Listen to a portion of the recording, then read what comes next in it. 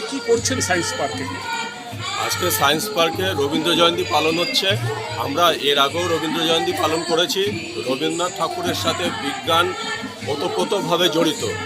রবীন্দ্রনাথ ঠাকুর যে বিজ্ঞানের শিক্ষার জন্য যে সমস্ত কথাবার্তা বলেছেন, রামকৃষ্ণ আইভিএফ সেন্টার, মা হওয়ার স্বপ্ন পূরণ।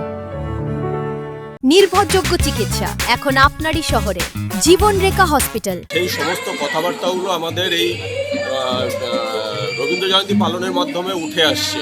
আমরা এখানে বিভিন্ন পোস্টার বা ব্যানারগুলো দিয়েছি, তাতে দেখিয়েছি যে রবীন্দ্রনাথ ঠাকুর কী চাইতেন বিজ্ঞান সম্বন্ধে।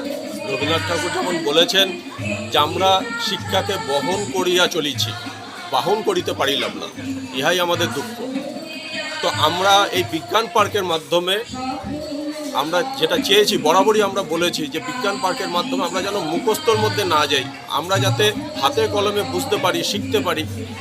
প্রত্যেকটা মডেল আমি যখন ছোট ছিলাম, আমি যখন পড়েছি তখন দেখেছি যে সেটাতে মুখস্থ করতে হতো বেশিরভাগটাই। কিন্তু আমি চাচ্ছি যে আমার আজকের রায়গঞ্জের যে বাচ্চারা, তারা যেন এখানে এসে তারা হাতে দেখতে পারে যে পায়ের মান কিভাবে বেরোয়, একটা ত্রিভুজ কিভাবে তার ক্ষেত্রফল বেরোয়, বা লাইট পাথ কীভাবে হচ্ছে, সাউন্ড পাথ কীভাবে হচ্ছে, এই সমস্ত ব্যাপারগুলো যেন তারা হাতে কলমে শিখতে পায়। যেটা আমরা দেখেছি কলকাতা বা বড় বড় শহরের বাচ্চারা অনেক সুযোগ পায়, কিন্তু আমাদের এই প্রত্যন্ত আমরা পঞ্চায়েতে থাকি এই সমস্ত জায়গার মধ্যে। তাই আমি আমার এলাকার বাচ্চাদের জন্য আমি এই ব্যবস্থাটা